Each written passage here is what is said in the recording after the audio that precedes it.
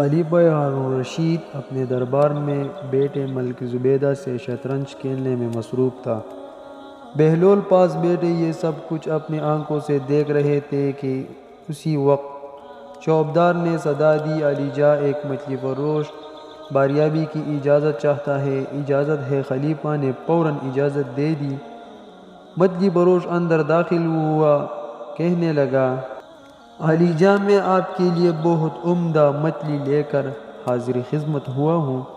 ہارون نے زبیدہ کی طرف دیکھا اور آہستہ سے کہنے لگا، یہ بیچارہ انعام کی تلاش میں ہمارے لیے مچھلی پکڑ کر لایا ہے، اس کو 4000 درہم دے دیے جائے تو کیسا رہے گا؟ زبیدہ بولی، نہیں میرے سرتاج، ہرگز نہیں، یہ معمولی سا مچھلی فروش اس قابل نہیں کہ اتنی بڑی رقم اس کو انعام میں دے دی جائے، اس طرح تو اور بہت سے لوگ لائن لگا کر کھڑے ہو جائیں گے، پھر تو آپ اپنا سارا خزانہ خالی کر بیٹھیں گے۔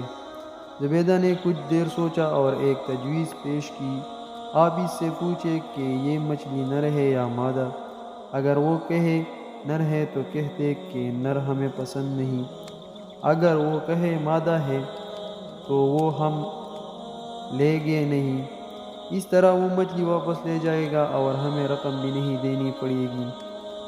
ہارون کو زبیدہ کی یہ بات کچھ بھلی محسوس ہوئی، مگر بہلول بھی یہ بات سن رہے تھے۔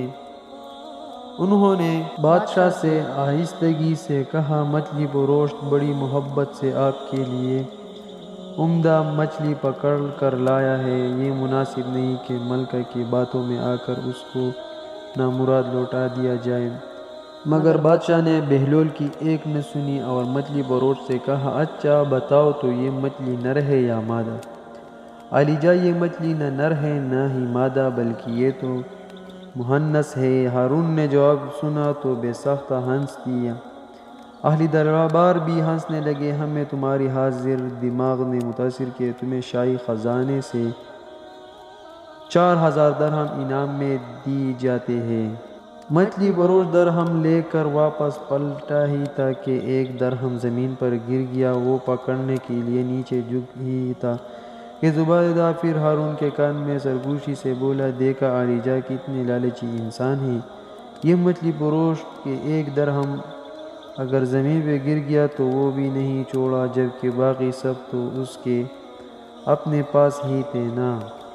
کیا خبر کوئی اور ضرورت مند وہ درہم اٹھا کر اپنی ضرورت پوری کر لیتا۔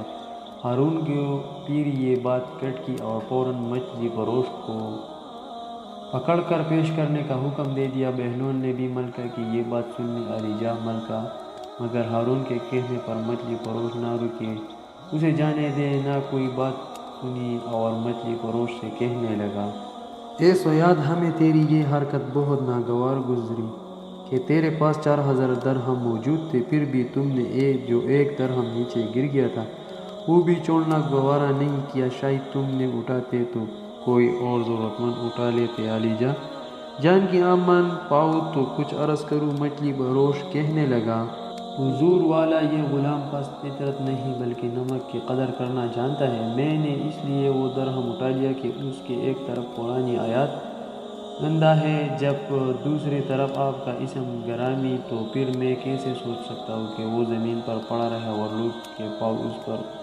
آتے رہے۔ مچھلی فروش کی حاضر دماغ نے سارے دربار کو حیرت میں ڈال دیا۔ خلیفہ بے ساختہ بول اٹھا، واہ، بہت عمدہ جواب دیا شکاری، تم نے ہمیں بہت محظوظ کیا۔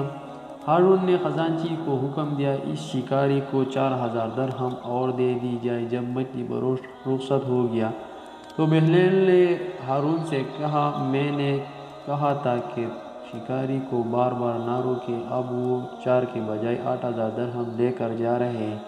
ہارون ہنس دیا، ہاں واقعی مجھے تمہاری بات پر غور کرنا چاہیے تھا۔ تو بھائی، اگر آپ میرے چینل پر نئے ہیں تو پلیز چینل کو سبسکرائب کر دیں اور بیل آئیکن پر کلک کر کے، تاکہ ہماری ہر آنے والی اسی طرح ویڈیو آپ کو سب سے پہلے پہنچے۔ اس کو آپ سے یہ فائدہ ہوگا کہ اس سے آپ بہت سے فائدہ اٹھا سکتے ہیں، بہت سے کمال کی باتیں اس چینل پر میں اپلوڈ کرنے جا رہا ہوں۔ میرے چینل نئے ہیں تو آپ کی سپورٹ کی بہت ضروری ہوگی۔ شکریہ۔